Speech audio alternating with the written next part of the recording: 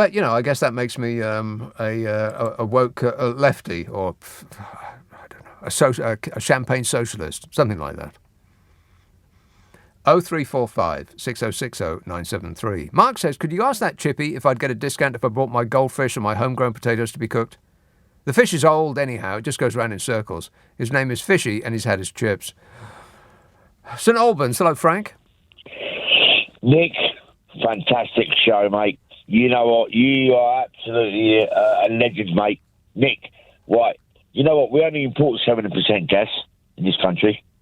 7. And I can't understand one thing. You know what? I think there's a lot of people out there that are going to take in a lot of backhanders. Right, listen, I've got Italian heritage. Oh, yeah.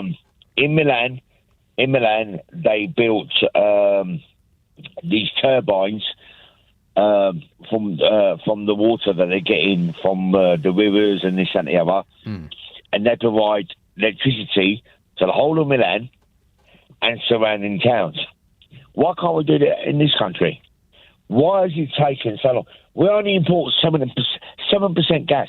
And we're looking at these bills, bruv. Do you know what I mean? And I think, I don't care, Liz Truss or Rishi Sunak, this government, this country, the NHS, everything, do they realise one thing? That in the autumn, pubs shut, restaurants shut. My brother runs an Italian restaurant in St Albans, right? He's talking about £64,000 a year, electric and gas combined. My brother goes, Frank, and he's won awards. He's won awards, award-winning restaurants in the Hertfordshire, best family restaurant, and this, that, and the other. And my brother goes, you know what, bruv? I'm worried. And I can't survive. Triple. Yeah, and this government, we haven't ever had that other muppet, that numpty Boris Johnson, talking about a kettle. Why doesn't he shove that kettle where the sun don't shine? Okay. I think you speak for... I want him to boil that kettle. I get it. You want him to boil the kettle and have a nice cup of tea or something like that. I get it.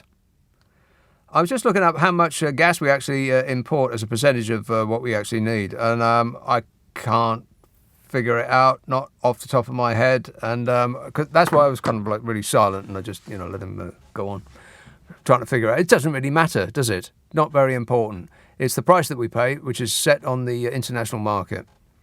Don't make no sense to me, but then what does? And if COVID didn't get you as a business, then it looks like this crisis is going to get you anyway, and it is. I know that the whole world is going through this because Vladimir Putin appears to have started a war with the world. It's very hard to get around it. That is actually what is happening.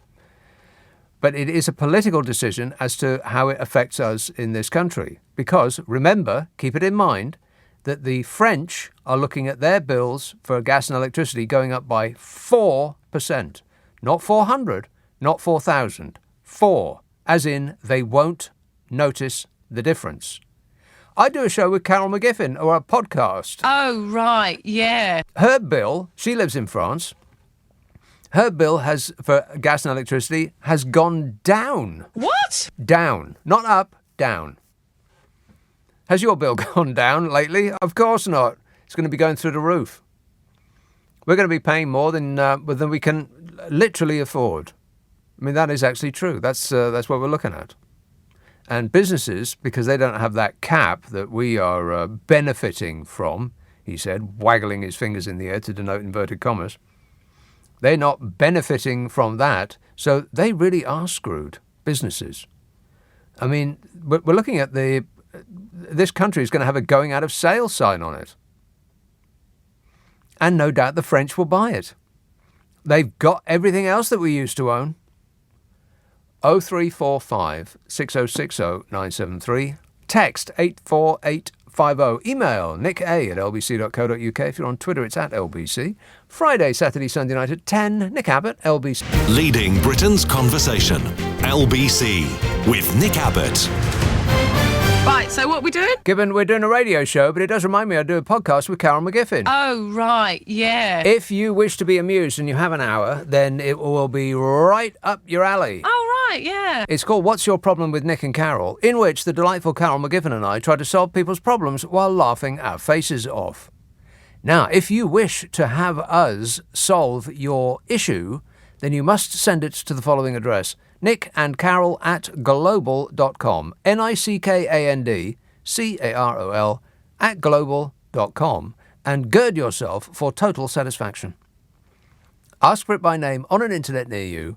What's your problem with Nick and Carol? It's on Global Player, by the way, as is the 3 podcasts that I do. Global Player available from your favourite app store. But the name of that podcast again, What's Your Problem with Nick and Carol?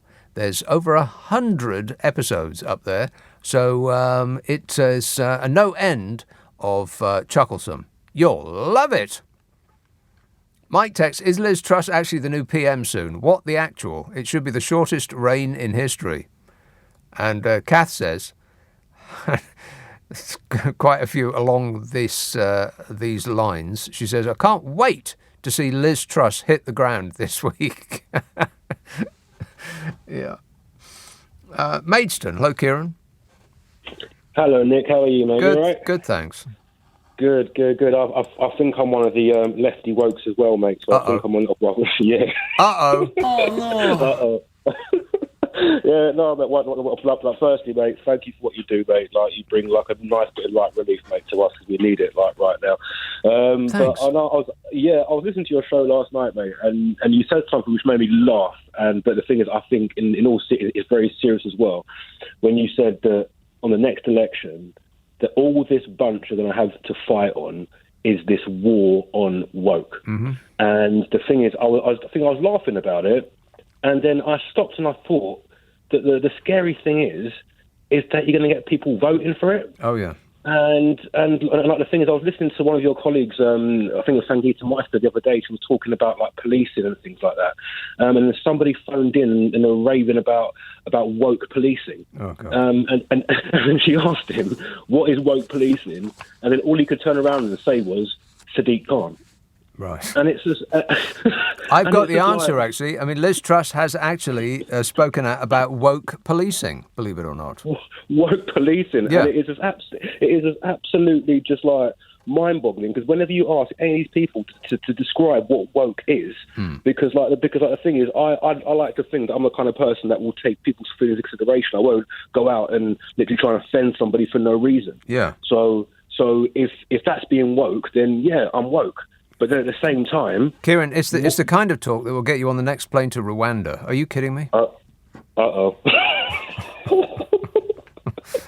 I'm going to Corfu on Wednesday, on Thursday, mate, so hopefully not. Well, you may go to Corfu, but there's absolutely no way you're coming back. All right, well, I'll see you in Rwanda then. All right, thanks a lot, Kieran. See you at the airport. Cheers, mate. 0345 6060 973. The police chief in charge of boosting crime fighting has criticised Liz Truss's law and order plans as, quotes, unwise and meaningless, and accused her of chasing soundbite-friendly but unrealistic targets. Unwise, meaningless and soundbite-friendly. That sounds like a winner for the new slogan for the Tory party conference. Unwise, meaningless and soundbite-friendly. What do you think, Liz? That is a disgrace. Chief Constable Richard Lewis, out of the National Police Chiefs Council, said he and law enforcement officers wanted to work with the new government. But in a comment piece for The Guardian, he said back to basics rhetoric did not serve the public. He said the effects of the cuts to policing made by Conservative governments were still being felt, and urged ministers to stop describing the recruitment of 20,000 officers as an uplift, as it was just replacing those lost since the Tories took over in 2010. But you know what? It's worse than that. Because not only have the Tories cut police numbers by 20,000, but they've cut back office staff by 22,000. And Kit Malthouse, the actual policing minister, admitted that they would need 45,000 new police officers to fill the gap left by retirees. So what we're going to have is, if they ever get to that figure of 45,000 brand new, totally green, know-nothing new recruits to replace the police with experience and knowledge of the job, is just that, 45,000 brand new, totally green, know-nothing new recruits. Not really the party of law and order, are they? No. I mean, even if they hadn't been caught breaking the law over and over again, they still wouldn't be the party of law and order. And during the Tory party leadership race, blunder Truss, who incredibly is likely to be our next leader, announced a series of policies on law and order, including a return to national crime targets. Oh, this again. With chief constables held to account if their forces failed to meet those targets. Her campaign said that she would ensure that officers were policing our streets, not debates on Twitter. What? That's what she said. Oh, God. Talk about going for the cheap laugh every single time, Liz. Anybody laughing? No. This is pathetic. That's what she came up with. We want police policing our streets, not debates on Twitter, she said. More war on woke. I mean, seriously, is there anyone that Liz Truss has not started a war with during the interminably long shuffle to be the next PM? I mean, the list so far is France, China, the unions, protesters, anyone on the left, British workers, people who enjoy rights, lawyers, doctors, unions, and puppy dogs, for all I know. But apart from that asinine comment about the police spending all their time on Twitter, forcing the police to meet targets has been tried before. And what results is they drop everything else other than meeting those specific targets. Because with limited resources available to you, if your job depends on meeting a target, that's what you're going to concentrate on. And this is not what you want from a police force. Like if you're being burgled, but they haven't met their target on arson, then you're fresh out of luck unless you want to set fire to your own house. Or as Liz Truss would say, We have never had it so good. Chief Constable Richard Lewis out of the National Police Chiefs Council, his concern at Thick Liz's comments is shared by other police chiefs who believe that there is no factual evidence to support the claim that real crimes are regularly being ignored because officers waste time on Twitter rows and wokeness.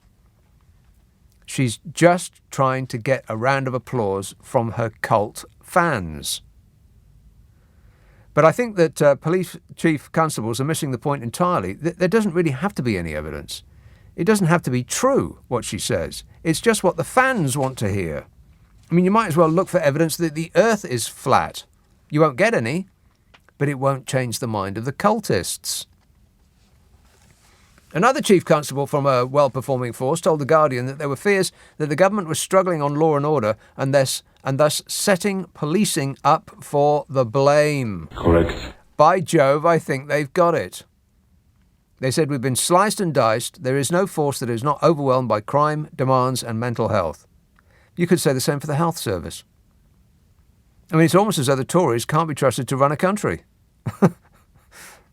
I mean, the only thing they seem to be really good at is finding someone else to blame for everything that they've done. Bodge. I can't comment on that. The Chief Constable of Diffid Powys Force, this chap called Lewis, he said the debate about policing was welcome, but said the public are not well served by calls for the force to investigate real crime, as opposed to Twitter rows and hurt feelings, or generalised phrases such as back to basics, which are used by Liz Truss's campaign. He says, I was particularly interested in Liz Truss's headline-grabbing back-to-basics crime strategy, which would involve ranking forces in league tables, a commitment to recruit 20,000 more police officers and cut murders and violent crime by 20%, and an in-person visit by an officer for every victim of domestic burglary. He says these demands, they might make attractive headlines, but they're meaningless without further explanation from the Tory leadership hopeful. She's just making stuff up out of thin air and just throwing it out there because it sounds good to people who don't think. Lewis said, this chief constable, he said, chasing soundbite-friendly numbers was unrealistic. He says, the judgment on whether a force is failing cannot be reduced to an apparent inability to cut crimes such as homicide by 20%, which is what Liz Truss says. He says, while I acknowledge that police forces can always do more to cut crime, it's not within our gift to reduce the most serious crimes by a rounded and soundbite-friendly number of 20%. What an asinine thing to say out loud, Liz Truss. He said, improving the police response to burglaries, for example, by ensuring that every victim received an officer visit would require resources, which is what the Tories have been starving the police of. He says, this has been harder to achieve since the Conservatives' programme of austerity, as police numbers were cut significantly. Wow, I wonder how long he's going to remain in post. Because this regime is nothing if not vindictive. He said, this has been harder, improving police response, to achieve since the Conservatives' programme of austerity, as police numbers were cut significantly. Bingo! There it is. I mean, is there any doubt that that's the plan? Because if it isn't a plan, it's odd that the same set of circumstances seem to crop up suspiciously frequently, ain't it? Starve an organisation of funds, like the NHS, or the police, or the councils, or the courts, and then sit back and watch them struggle with an impossible task, and then blame those very organisations for the failure that the government has engineered. I mean, if that isn't the actual plan, then they seem to be making the same mistake over and over again. So either they're guilty, the government, or they shouldn't be left in charge of a cat. I say lock her up. Who's with me? Hands in the air for lock her up. Now, show of hands for let her go. Overwhelming. It's the will of the people, Liz Truss. The people have spoken. 0345 6060 973. Text 84850. Email nicka@lbc.co.uk. And if you're on Twitter, it's @LBC. Friday, Saturday, Sunday night at 10. Nick Abbott, LBC. This is LBC with Nick Abbott. Hot H-O-T-A-I-R. Keith says, Collins' dictionary meaning of truss, brackets, verb, to truss someone means to tie them up very tightly so they cannot move. There's going to be a lot of that. Bruce tweets, in light of your police rant, how do you explain that England produces the best police dramas on earth? Well, we don't. I think America produces the best police dramas on earth.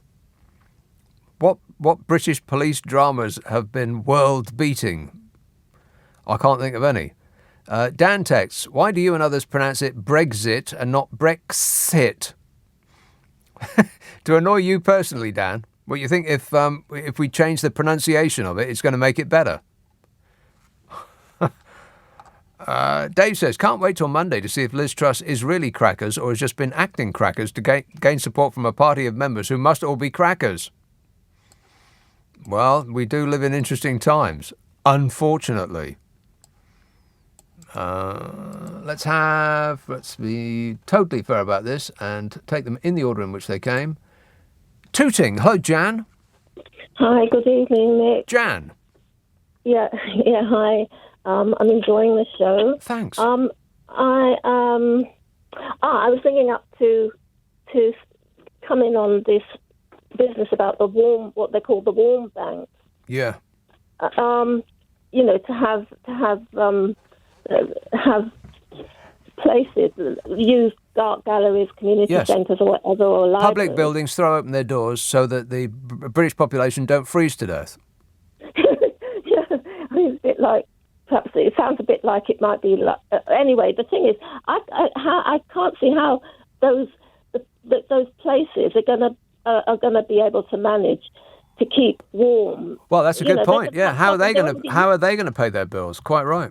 Yeah, that's what. Because you mentioned just moments ago about the councils are cash-strapped, and there's a council-led initiative. I mean, I think even the churches are going to find it hard to keep warm in winter. You know what I mean? With the bills, they may be listed as charities. I don't know how they manage, but they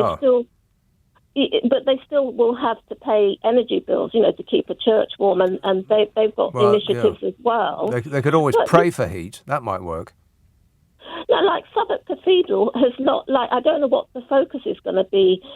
People aren't going to go to art galleries to admire art, and I don't know how that's going to work. But say, wait a minute, back up. People don't go to art galleries to admire art? No, I mean when they want to keep warm, when they want to be warm, they're not going to be able. How are the art galleries going to manage? They're going to have to be such huge bills, because look at the problems with the pubs. Look at the problems with the what? No, I mean, well, you said that I don't know how these places are going to manage to keep warm. But what did you just say? What did you just say? Look at the problems with the pods. No, I mean, you've mentioned two things this evening which bear on that, like councils are starved of funding, and also businesses. You mentioned a while ago about businesses. Yeah, but what did you say about pods? Answer the question. Pods, you said. No, pubs. Oh, pubs. Businesses. Pubs. Booze. Pubs. Yeah, they can't manage the energy increases because there's no. Well, at least if you go to a pub, then you would be inclined to actually buy something to help them with their energy bills, even though a pint might cost you £10 by this time next year. No, they're saying it's going to cost £20. Yeah. No, look, some pubs are saying that their bills have gone up from 60,000 to hundreds of thousands. 600%, 600% increases. I know. So they're all a lot of them are going to go out of business. I will be surprised if there's any left by this time next year. I'll be surprised if this country still exists this time next year. It might actually just be called France 2. But what do you think about these warm banks? I mean, how can it? It can't be the equivalent of a food bank, because your food bank is you go and pick up something. Yeah. But when people have finished being at the warm bank, they're not going to spend the night there. They've got to go back to their cold home. Correct. Well, I've got a solution. I've got a solution that we might learn something from. Go on. Like how do people in Finland and those northern countries, freezing countries, keep warm? Because we should perhaps think of buying clothes from them, what they use to keep warm. No, because I was looking at the holidays that they offer in Finland. I think that it's less... Stop shouting at me, Jan. Sorry. I think it's less about the clothes that they wear, because the clothes that they wear seem to be similar to the clothes that we wear. I think it's more about their homes are better insulated than ours and easier to keep warm, whereas we have... in the whole of Europe, the worst, draftiest, coldest, dampest housing stock. The worst in Europe. Yeah, I remember you saying, yeah. So when you leave your warm bank and go back to your freezing cold hovel, then you'll be lucky to last out the night. Just, boil some, well, of course you can't boil water for your hot water bottle, because your electricity will have been turned off. But, oh, my God. But just when you're suffering this winter, just remember that in France, their bills have gone up by 4%. In other words, they pretty much stayed the same. Yeah, well, I usually put on layers of clothes at winter, so I can scarcely move around anyway. Right. But I'm really thinking of ski wear or getting some extra, thermal stuff. Thermal underwear. Listen to me. Thermal underwear. Trust me when I tell you. Thermal underwear. Buy at least 2 pairs of it, and you can wear it for days and days and days, and it don't smell. Disgusting. It doesn't smell at all.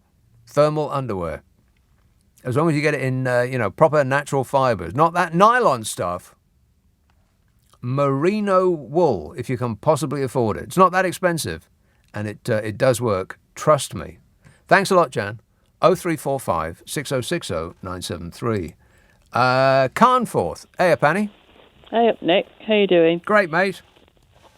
I hope you're seriously afraid about Monday when Liz Trussellini takes over and becomes El Presidente, because you and James O'Brien are going to be the first ones up against a wall and shot for all your unpatriotic traitor talk. I hope that James O'Brien is first, him being the more famous of the two. I hope they just leave me alone and take him out.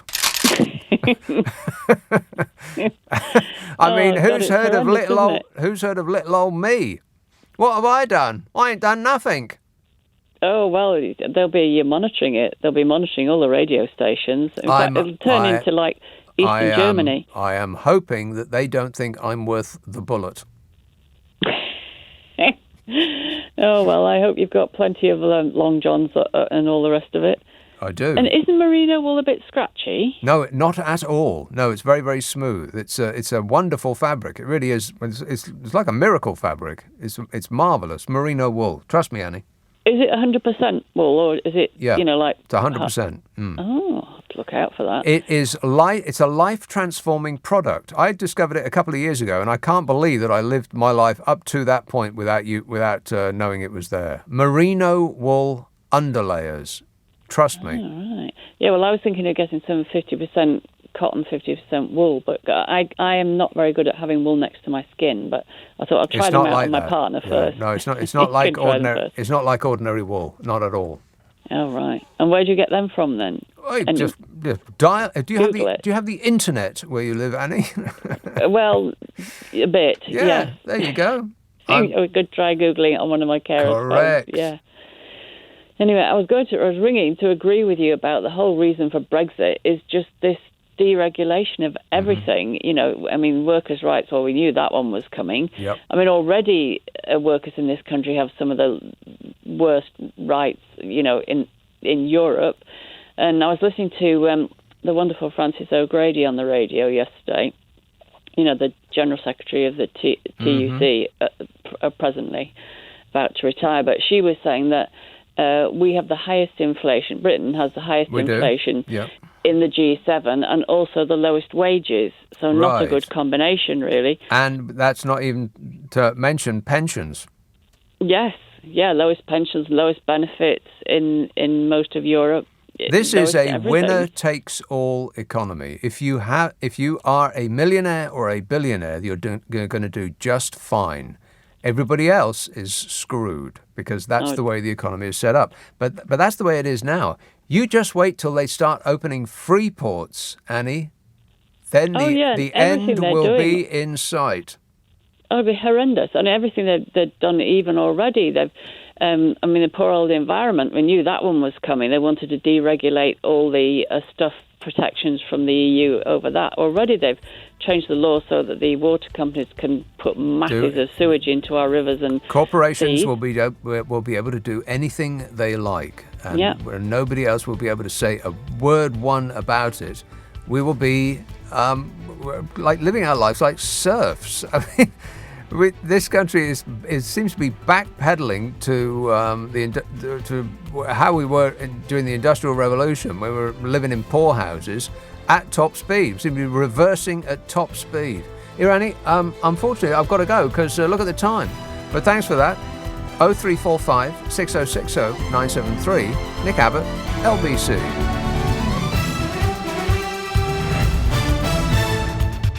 On your radio, on Global Player, and Play LBC. Leading Britain's conversation.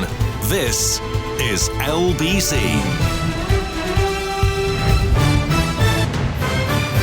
This is LBC from Global, leading Britain's conversation with Nick Abbott.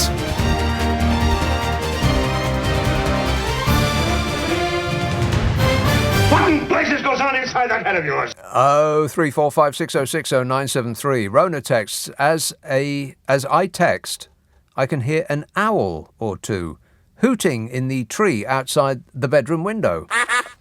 There's something really lovely about hearing that. I think I'm just an old hippie, says Rona. Groovy. Yes, there is something lovely about an owl.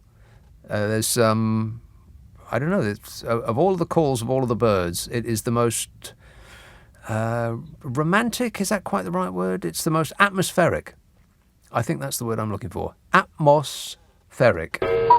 John says, Brexit has peed you off. Result! Capital letters, exclamation mark. John, Brexit has made you poorer, has given you less choice, less freedom, and has narrowed your horizons. And yet you still think that you've won something. Sad, really. But there it is. Jen texts, your impression of a smug "sorry I missed you" note was excellent. Please do an entire show in that voice. Well, let me think about that. No. Hampton. Hello, Matthew. Matthew? Oh, I'll just take it off loudspeaker. Sorry, Nick. Take it off a loudspeaker.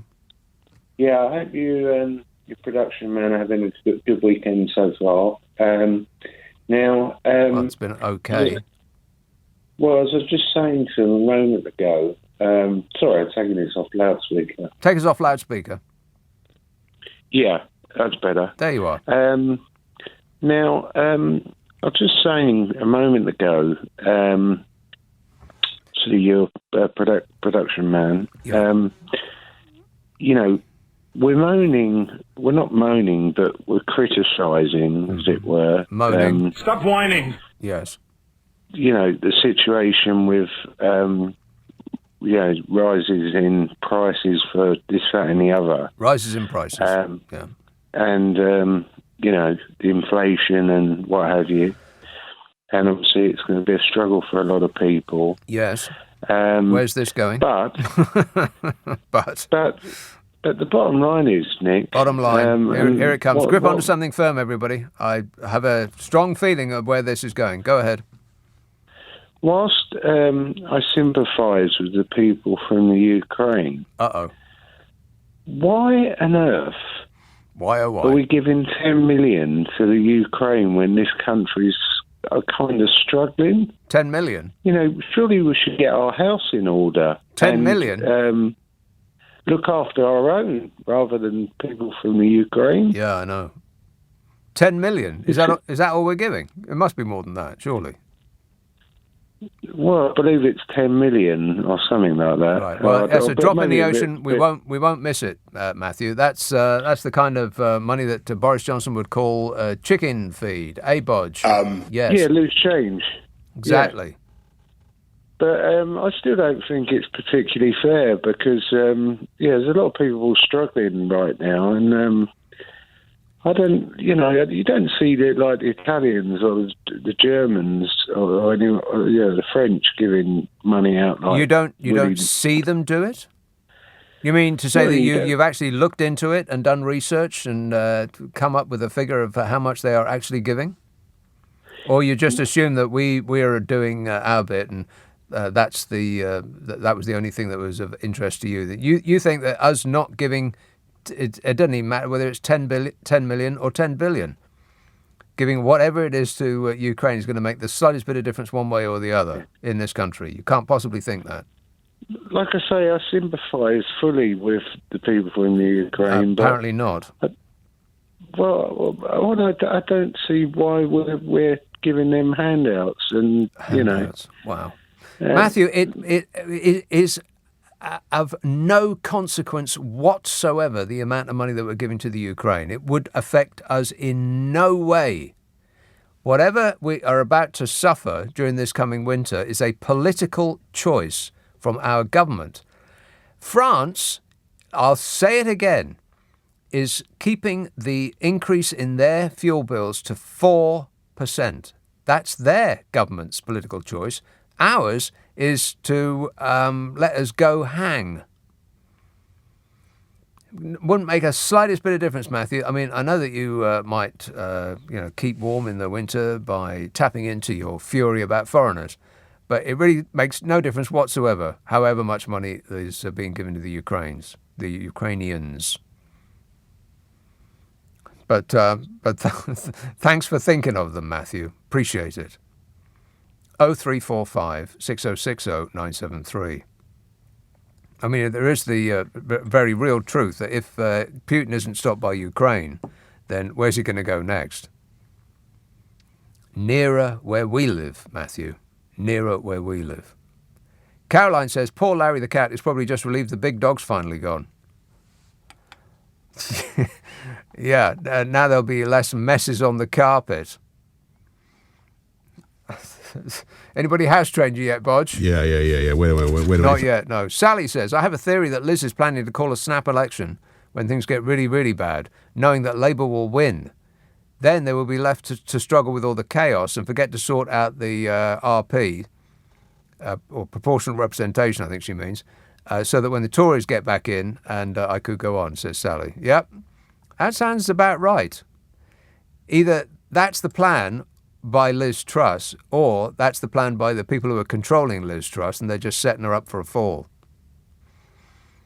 Either way, if the Labour Party get in the next general election, they don't sort out the skewed voting system that we have in this country, then I just kind of give up. I mean, I really do.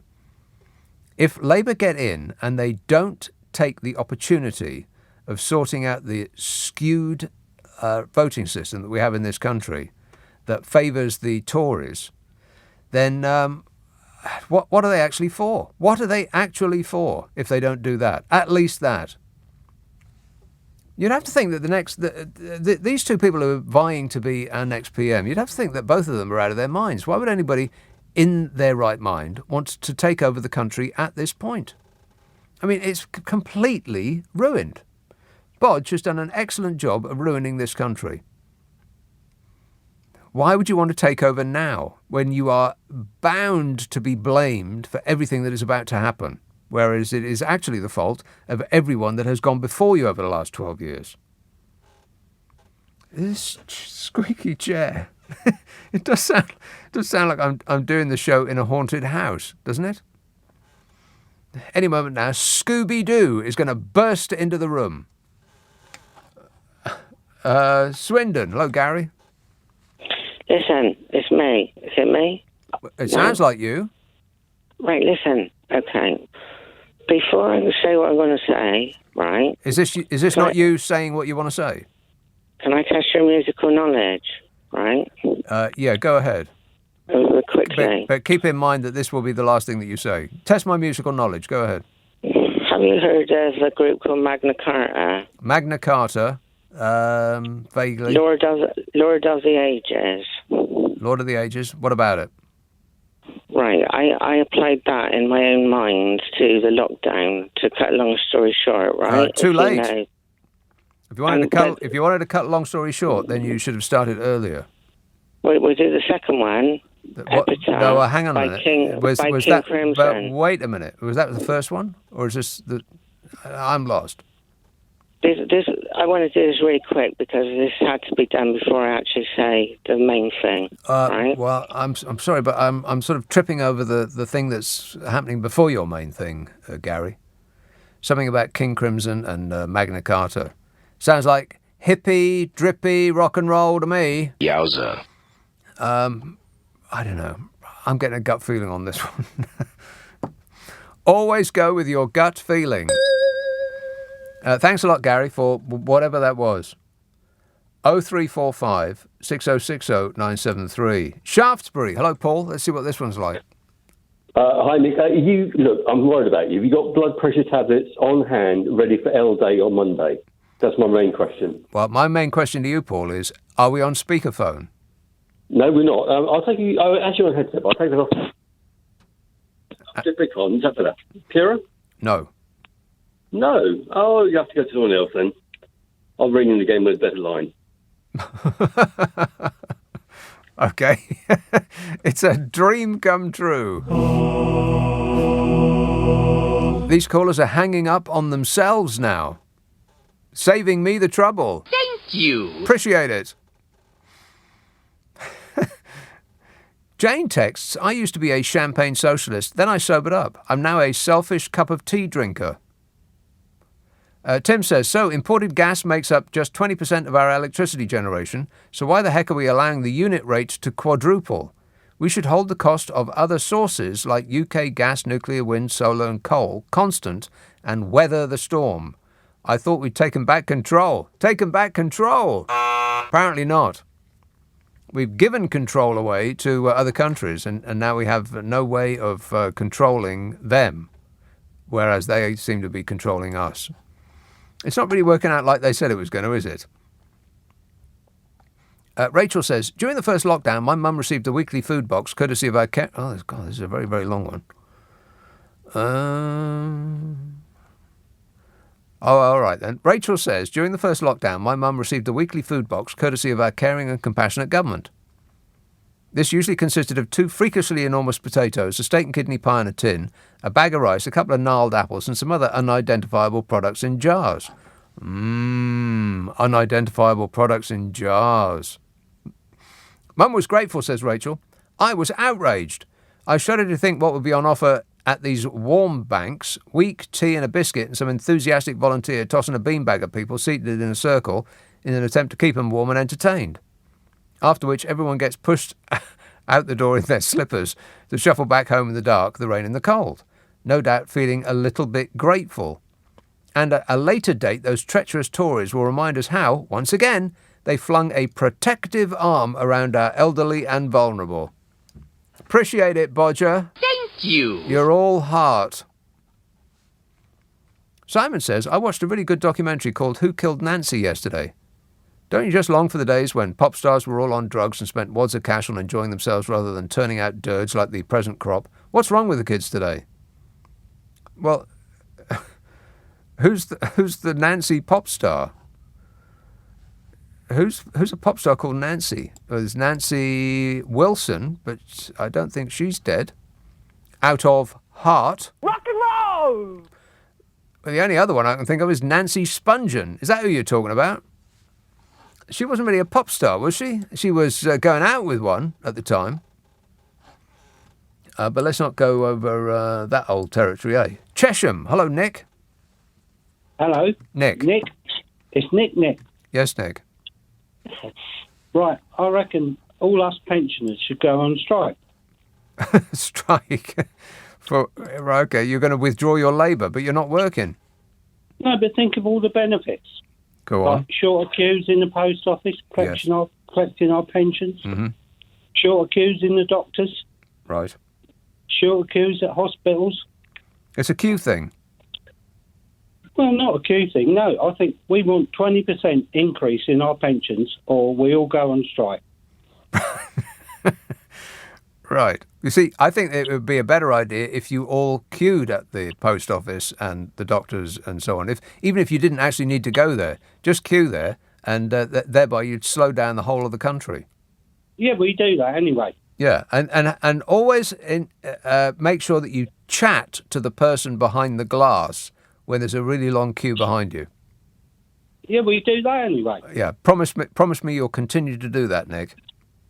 I promise you I'll continue to do that. No, but all the pensioners should go on strike. On strike. For 20% increase in our pension. Right. Well, you have my full support, if not my actual help, if that works out for you. Thanks a lot, Nick. Good idea. 0345 6060 973. Friday, Saturday, Sunday night at 10. Nick Abbot, LBC. Nick Abbot on LBC. Yeah! Dude! 0345 6060 973. Hull, Derek. Hi, Nick. I was reading yesterday that Miss Truss, Mrs. Truss, whatever her name is going to go after workers' rights.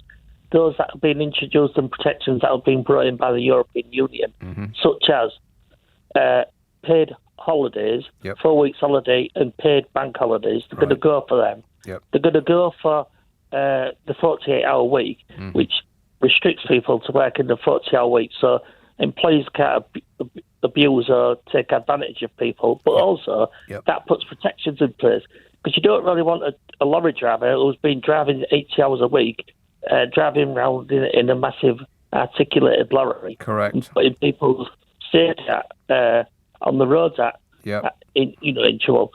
I mean, she is going to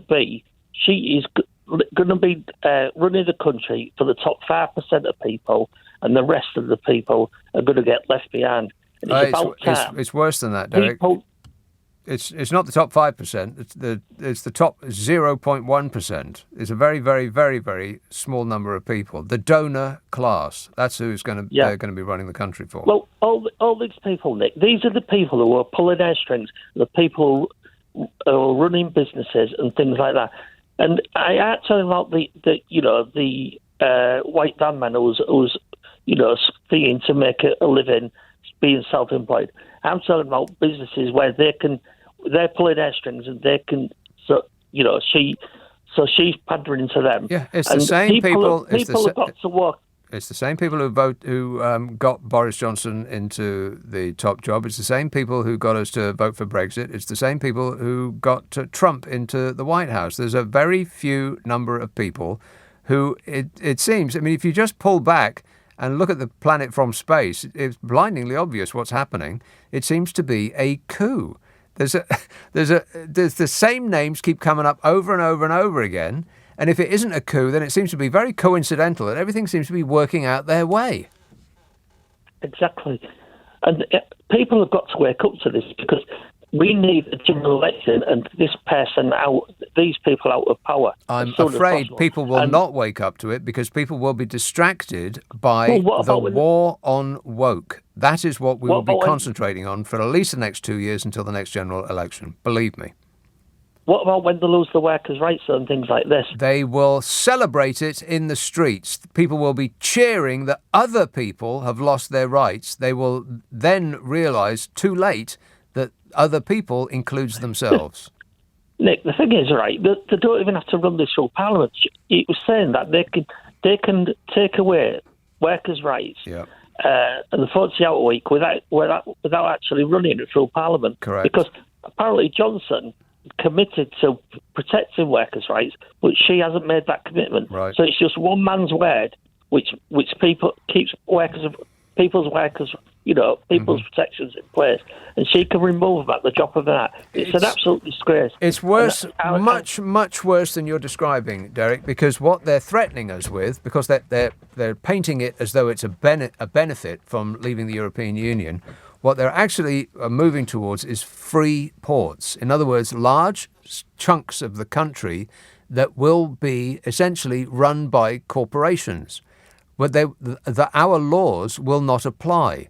So you won't get the same health and safety laws. You won't get the same benefits for holidays and so on. You won't get the same pay. There will be no minimum wage.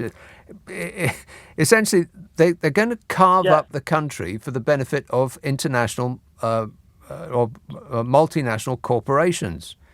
That's our future, is to essentially be reduced to the position of slaves. I mean, it's absolutely incredible what is about to happen and what they keep selling us as a Brexit benefit, these free ports. Be very concerned. Warning, warning. Be alarmed. Be alarmed now to save time later. Well, they're going to... I think they're talking about introducing something like this in towns, aren't they? Or towns or cities around the country, where they, like you say, they have their own individual sort of laws, which it's basically giving the worker the lowest common denominator. Will be the all of that stuff about high wage, high skills is just nonsense, as is utterly evident by the response when people have asked for a high wage. They're called lefty lefty activists. Well, I think it's time for people to take to the streets. I really do. And if we don't, people are going to suffer long term. This, not just for this winter. This is going to be a long term thing over the next 10 years. We need to get these people out there. People have already suffered. Listen, Derek, people have already suffered over the last 12 years of austerity. And what's our response been? Shrug our shoulders and say, mustn't grumble, and point at people in dinghies and blame them. Yeah, well, this is exactly what they're set up into. It's throwing red meat out to the cult, so that they can find somebody else. As long as they're worse off than what you are, that's okay, isn't it? But I tell you, I agree with you as well about Labour. Labour have to bring in proportional representation and the Lib Dems, because otherwise we're going to get a situation where these people could get could win again, and they'll just continue taking this country down a really bad road, in my opinion. Derek, and I just want people to wake up to this, Nick. Right, well... I really do. Derek, if I were you, having expressed that opinion out loud, I would get rid of your mobile phone. I would disconnect yourself from the internet. I would move home straight away. Maybe live in a tent up a hillside in Wales. They might not be able to find you there. And the best of luck, Derek. 0345 6060 973. Alarming times, people. Steve emails, you mentioned a Sten gun on the counter of a bank. Well, in Argentina in the 1980s, I went into a bank and was surprised to see a massive concrete pillbox with a machine gun sticking out. A machine gun sticking out of the slit and trained on the queue. Probably wasn't robbed too often. Wow. Argentina, eh? Martin says, we've been in France for a few years, but have to come back in October for a few months. Utterly terrified at the prospect of cold, rain, expensive wine, energy meltdown, and more significantly, the risk of bumping into random Tory crackpots. Is there anything you can offer as a welcome thought to help us see this visit as being more positive than the prospect of frying our own heads? Not off the top of my unfried head, Martin. But leave it with me. Guildford. Hello, Peter. Peter? Hello. Yes, Hello, Peter. Nick. There you are. How are you? All right? Great, mate. Good. Yeah, my point is, ever since Thatcher onwards, the British nation has sort of absorbed this ideology, this greed ideology. Post-war, we had the welfare state and the NHS and so on, and there was a sense, a sort of a consensus that we needed to move forward. We needed to improve people's lives. Yes. But ever since Thatcher, and now in more recent years, we've accepted things that we would have never accepted before. Food banks, now warm banks. And on the other hand, we're seeing that these big oil, gas producers and so on are getting away with blue murder. And yet no one addresses it. And what frightens me, Nick, is that with the right-wing press that we have, and a sort of a weakish Labour Party that's not radical enough, in my opinion, people are not hearing the other side of the story, what sort of society we could become, a fairer, kinder society. And all they hear 24 hours, or see, read, or whatever, 24 hours a day in the press is this right-wing dogma. I mean, to the extent like you're aghast, and so am I, with the working class voters voting for a party that wants to make them poor. Well, that has made them poor over the last 12 years. That has not only made them personally poor, but has reduced the ability of councils and all of the things that they rely on in order to improve their lives, in order to provide some sort of safety net. It's removed the ability of those organisations to do that job. So it's not just that they have less money in their pocket, is that the things that they rely on aren't there anymore, and they still vote for the party that's done it to them. And you have to say, as you have, well, okay, it's the right-wing press that are leading them up that path. Well, for crying out loud, people, how much evidence do you need that you might not be acting in your own best interests? Why can't people think for themselves? They're seeing a fuel crisis here. They're seeing Liz Truss, who doesn't give a damn. Even her own father disagrees with her, apparently.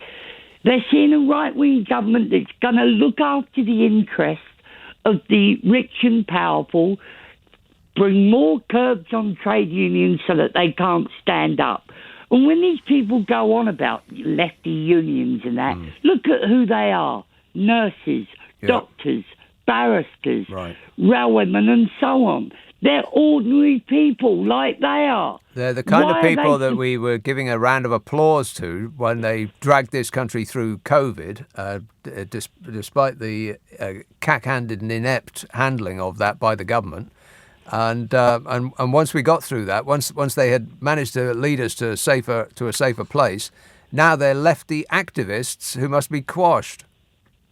Yeah, I mean, we had a leader in Jeremy Corbyn. We had a leader who really did want to shift back things to the 1945 way of doing things. He wanted to create a fairer and equal society. He wasn't a communist. Well, that was his big mistake, trying to create a fairer and more equal society. Once you tell a billionaire that we intend to spread the wealth around a bit, well, alarm bells start ringing in their mind. And they're going to stamp that out as soon as they can. Here, Peter, I've got to go, but thanks for that.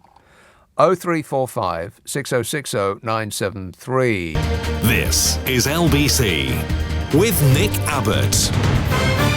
He is a very sick and dangerous man. Edward texts, you are rarely wrong about anything. However, to say that Bodger is like a teddy bear is incorrect. Bodger actually looks like the Sugar Puffs honey monster. Well, that's just a fact. Jay says, on arriving at Downing Street, Margaret Thatcher invoked St Francis of Assisi. If Liz Truss arrives at Downing Street, which saint might she invoke? Suggestion, St Jude, the patron of hopeless causes. Ian says, I am fed up with either Truss imbecile or Truss snake saying how good she is going to be to reverse the national insurance increase. Anyone on less than £35,000 will be worse off. Excellent, says Ian.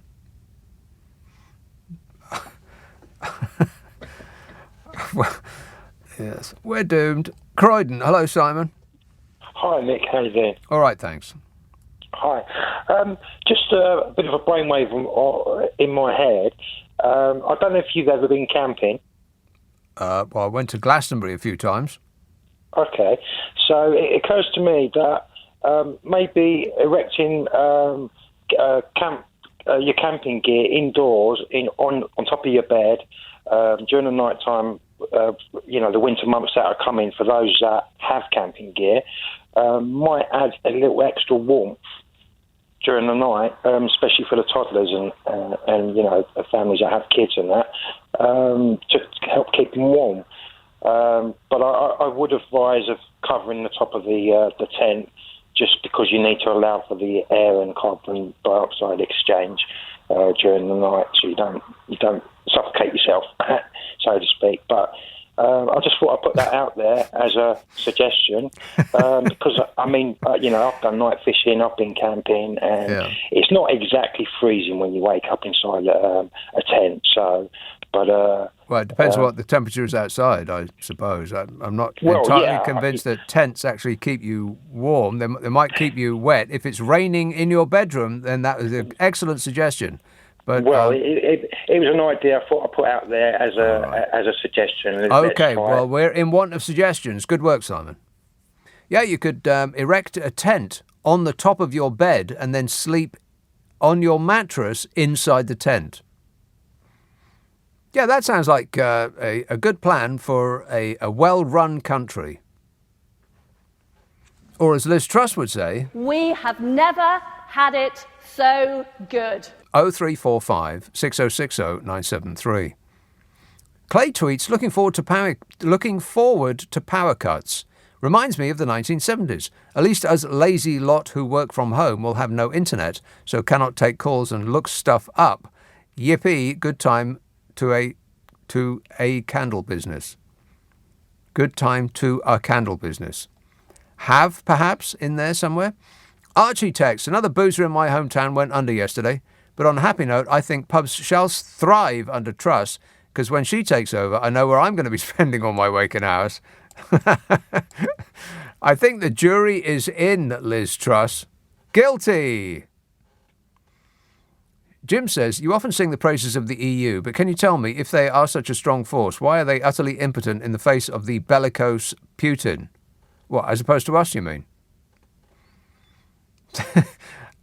I think our fuel bills are going up considerably more than those in Europe, Jim. But, these are just facts, and we're not interested in facts anymore. I understand that. Abbey Wood. Hello, Barry. Yeah, I've got a question and an amazing idea. I don't even know why Rishi Sunak didn't think of it himself. Okay. Now then, the question is, I left school in 1979, and I was told that all these things were sold off because rather than having a monopoly on things, you would have all these different firms, and it would be market forces. Yeah. Now, they'd all be fighting each other, saying, well, whoever's got the lowest price and the best business will gain the customers. Right. And everything's run like a cartel or one big giant monopoly. And I can't work it out why these prices are going up and up and up and up and up.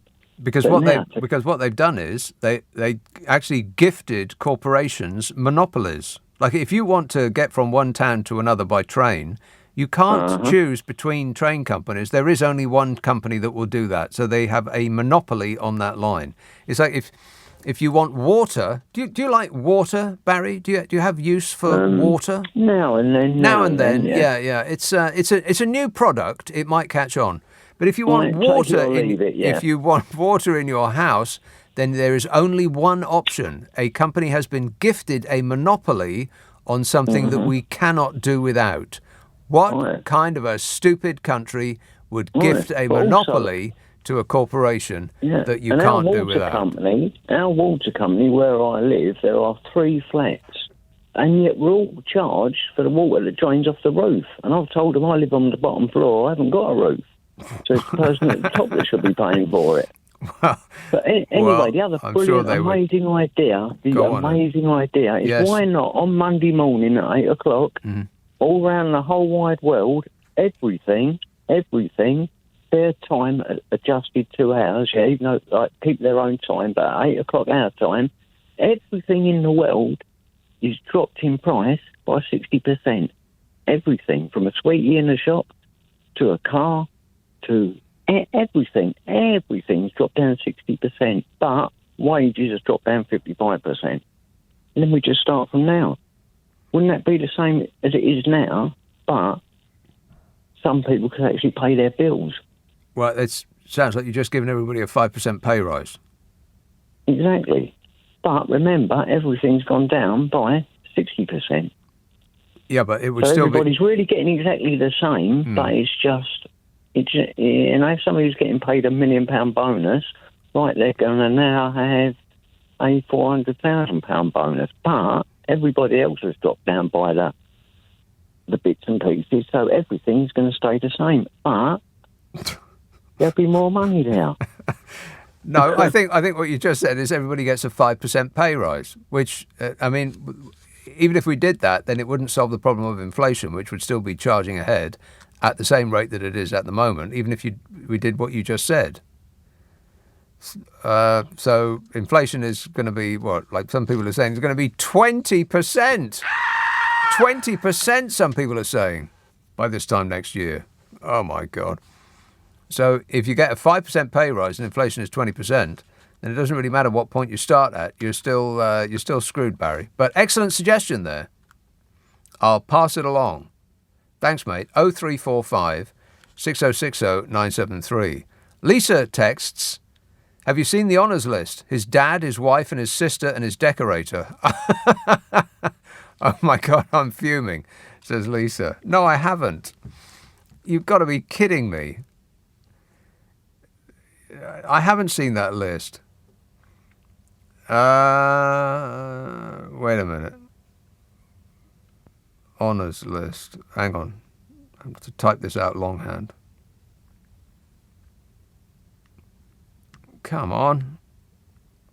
Johnson's resignation honours list will last a lifetime, says the Electoral Reform Society. Now this is July.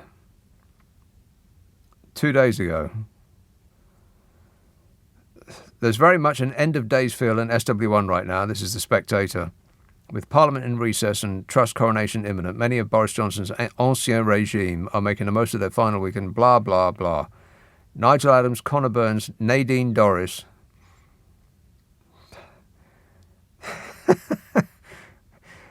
Nicholas Soames, oh, for crying out loud. Guto Harry. Rachel Johnson. Lulu Little. Oh, my God, you've got to be kidding me. Dominic Johnson, Carrie Johnson, Stanley Johnson. Is there any Johnson that isn't going to get awarded a present? No. Oh, Struth. The whole lot should be... The House of Lords should be shut down entirely, the whole lot fired, and we start again. Who's with me? 0345 6060 973. Shaftesbury. Paul. Nick, I'm back again. Yes, sir. Can you hear me this time? I can. Go ahead. Well, I think we need to start building that list of just exactly who's going to be up against the wall when the revolution comes. Right. I think all of the above you just mentioned would be a really good start. Well, you may say that. I couldn't possibly comment. I was originally going to give you an example of nuttiness within the police. I don't know if you want to hear that one. It's very hard understanding what you're saying. Oh, God. Sorry, Nick. I was going to give you an example about the police force in Cleveland. Are we on speakerphone? No, you're not. Okay. I'm doing absolutely everything I can. I blame the government. Yeah, what have you got to say for yourself, Bodge? Yeah. Wait a minute. I can't hear this man. You want to tell me about your police force? What's up with them? I lived in Cleveland, and there was a woman police constable, probationer, and she was off duty, and she consumed half a bottle of Prosecco, 3 cocktails of Jade and Coke.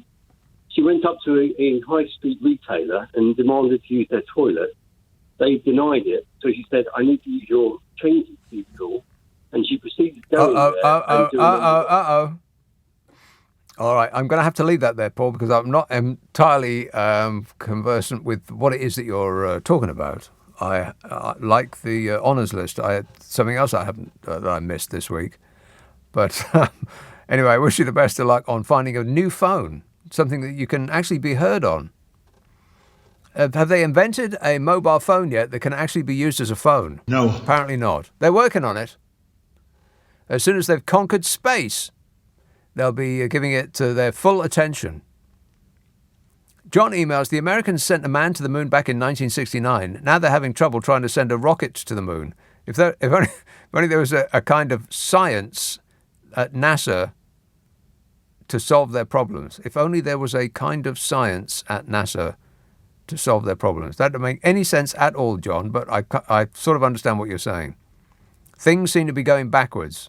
Is that what you're saying? I don't really understand why they're spending so much money in going to space.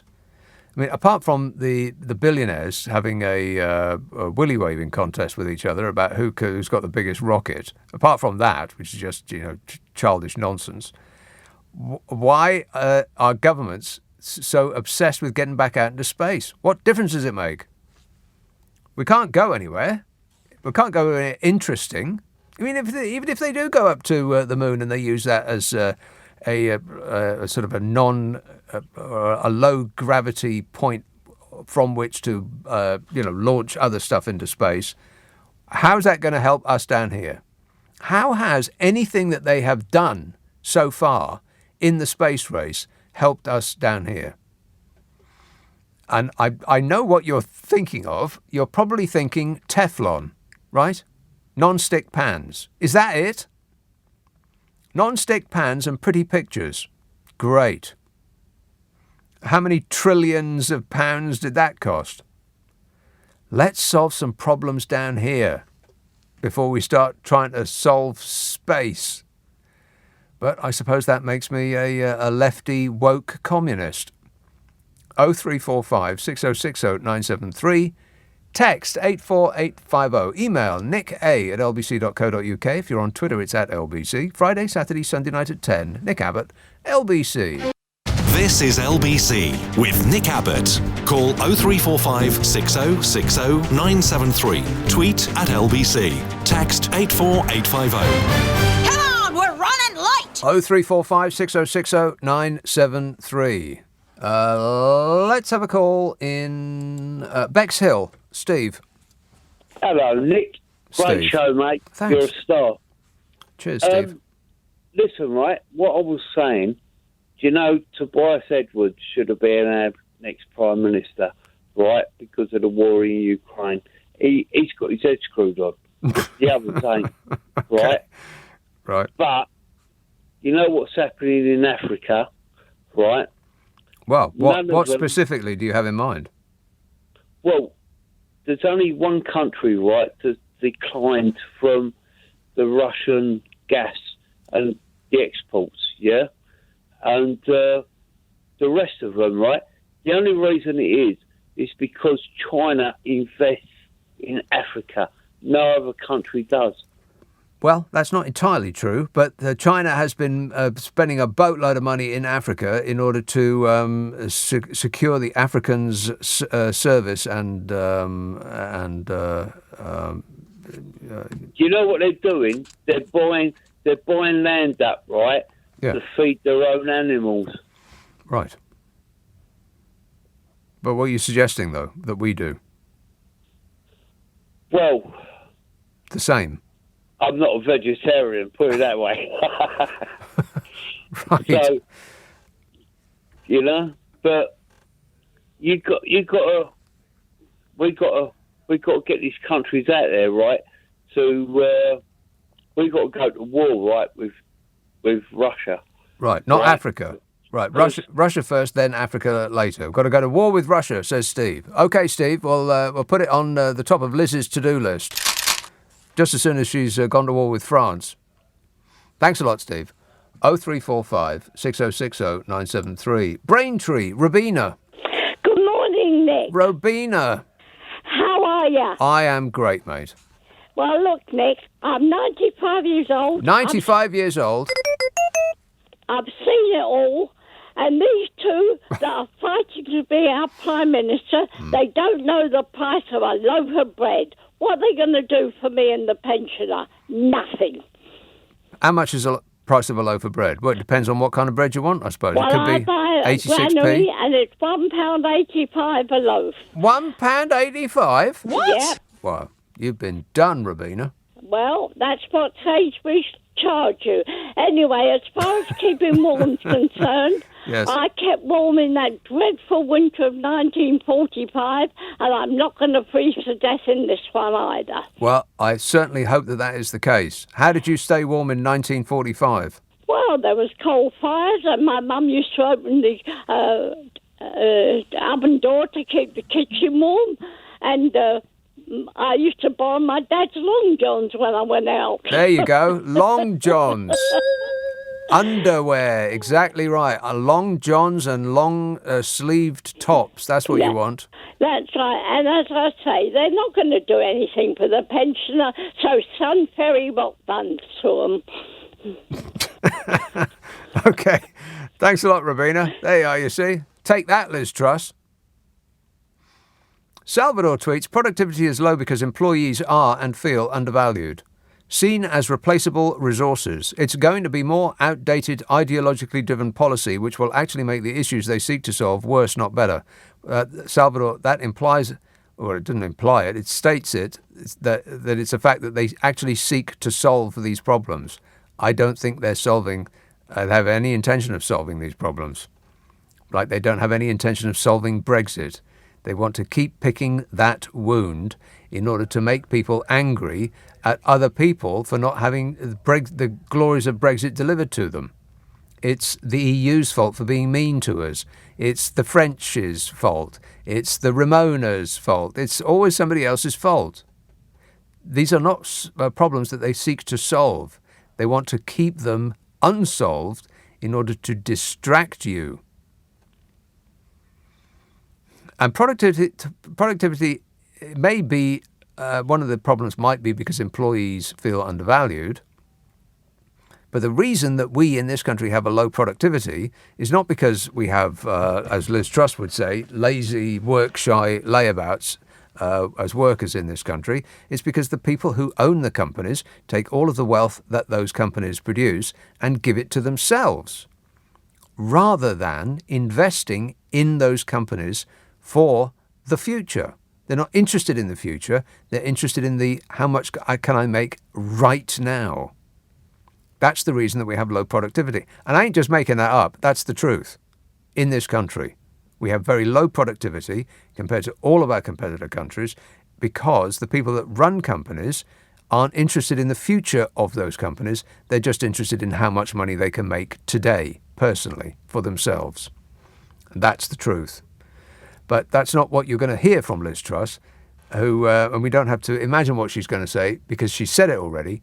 The reason that she thinks, or she's kidding on, that we have low productivity is because British workers are work-shy layabouts.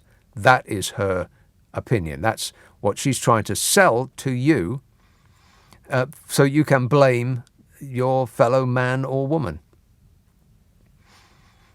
John emails, governments for the past few decades have been telling girls that they can grow up to be engineers, footballers, anything they want. No need to be a secretary or a nurse. So now we've run out of nurses. Why are they complaining? It's what they wanted. Well, men can be nurses too, you know. And of course they can be engineers and footballers and anything they want. But that doesn't mean to say that those jobs should be undone just because some of them were traditionally done by women. What difference does it make? Yolanda says, I finally worked it out. If I buy 600 kettles, saving me £10 a year per kettle, in 5 years I'll have saved enough money to pay off my mortgage. Thanks for your advice, Boris. Excellent work, Bodge. Yeah. Wait. You've saved the day. Hammersmith. Hello, Tom. Tom. Hello? Yes, Tom. How you doing? Good, thanks. I didn't think that was still on. I was waiting to get a ring back. But they got lots of things for the space stuff that have helped us through the years. Oh. That was one of the points. Go on. They've got for the fire people. And obviously satellite that we use for sat-nav and for TV and things like that, telephones and that. Well, I understand that, but that's got nothing to do with the moon. No, I know that, but the thing is, there is some good that's come out of it, even though all that money's just been wasted. You are right. So, can I just say also about the government, and that is that all they do, like you said, they're all for themselves, because they tell you all these things to get in. They don't do anything. No. And it's always they put the workers, the real people that aren't working people. And again, they pit us against each other, like you said. So I agree with everything you said tonight. The first time talking to you, by the way, Nick, and it's nice to talk to you. But yes, you agree with me, and I, in my turn, agree with you, Tom. So it's almost like a tight circle of agreement we got going on here. It's like a miracle. It's an excellent way to end the show. All right, I appreciate it too. Oh, that didn't work. Thank you. There it is. Second time's a winner. Thanks a lot, Tom. So the thing about the space race we've got to be really, really grateful for is Sky TV. Okay. It's worth a certain amount of money, but not hundreds of billions of pounds. Let's see. Hang on a minute. No. I've got two calls. I'll just take one at random. Eeny, meeny, miny, mo. Catch an... This one. Patricia, Essex. Patricia, I picked the wrong one. Hello there. Hello there. Right, my idea is we should scrap the House of Lords, yes, and have a system like the jury service where people at random are called up to go and sit where the House of Lords is, and instead of being Lords, be the democracy. It'd be a true democracy if people were picked at random to decide what laws they like and what laws they don't like. Right. And we ought to all get together like we did with the poll tax, make sure it happens, because they're not going to say don't do it. Because They certainly of all are the money not. they make. No. Well, I'll tell you what, Patricia, if my name comes up, I'm going to be sitting in the House of Lords and I'll deal out some justice. Don't you worry about that. Rely on me. All right, thanks, Patricia. Hey, this podcast, or this show rather, gets stuck up the internet as a podcast. If it is not already the case, it very soon will be that the podcast of this show, called Nick Abbot The Whole Show, will only be available on Global Player. Now, Global Player is the thing that you can get all the radio stations that we do, all the podcasts and so on. And some of the podcasts that we do are going to be exclusive only. You'll only be able to find them on Global Player. And that will be the case with this show. It's called Nick Abbot The Whole Show. We take the news and the ads out, which means it takes less time to listen to. You'll use less electricity. And by this time next year, you still won't be able to afford your fuel bill. But every little counts. Yes? No. Ask for it by name on Global Player, Nick Abbott, The Whole Show. I'll be back tonight with my abnormal normal show. Richard Spur is here at 4 o'clock. But first, here's Clyde Ball. Here's Clyde Ball. Here's Clyde Ball. Here's Clyde Ball. Here's Clyde Ball. Here's Clyde Ball. Here's Clyde Ball. Here's Clyde Ball. Here's Clyde Ball. Here's Clyde Ball. Here's Clyde Ball. Here's Clyde Ball. Here's Clyde Ball. Here's Clyde Ball. Here's Clyde Ball.